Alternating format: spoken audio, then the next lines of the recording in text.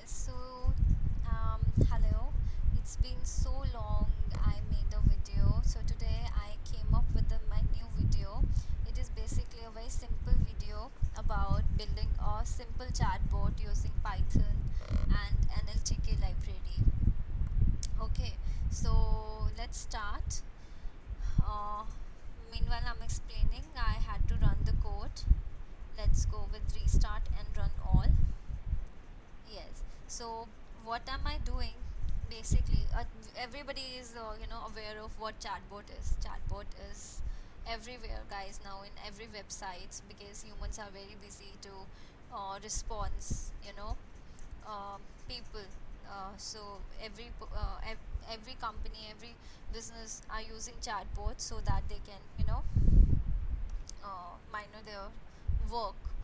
So here we are building a simple chatbot using Python. So first of all, I'm importing the necessary libraries over here in this block. Then what I'm doing, I am downloading and installing the NLTK library over here. The first packages are the very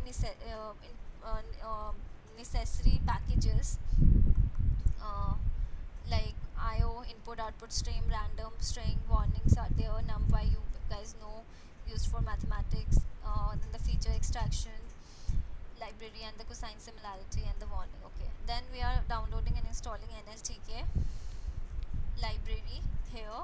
And what NLTK here is, NLTK is basically natural language toolkit. It is a leading platform for building Python programs to work with human language data. you know I'm downloading the NLTK library and then installing it here in the third block. Then I am reading in the corpus data. Like we here, what we're gonna do, we'll be using the Wikipedia page for chatbots as a corpus. We're gonna copy the content from that page and place it in a text file. Okay, name chatbot.txt. Like here, I'm doing the same. You can see that in my drive here. You can see that there is a file named as chatbot.txt. Okay, then on the another block, what I'm doing, I'm performing the tokenization. Okay, so what tokenization is? Tokenization is just the term used to describe the process of converting the normal text string into the list of tokens. Okay, so like for example, there are words that we actually want to use. So what sentence tokenizer does, it can be used to find the list of sentences, and what tokenizer can be used to find the list of words in the strings. Okay, so here I am performing the tokenization. And then I'm performing pre-processing. Here we're going to define a function called lamp tokens, which will take as input the tokens and return the normalized tokens.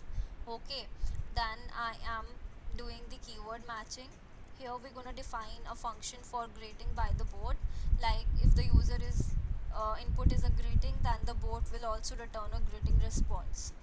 Okay, so here is for generating a response. Like I'm using the very traditional approaches like bag of words.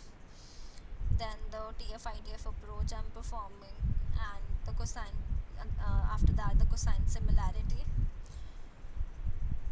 Everything is performing under this block. You can see over here. So bag of words is a very approach. Like here we need to transform the text into the meaningful vector of numbers. So bag of words is just a representation of text that describes the occurrence of the words within a document.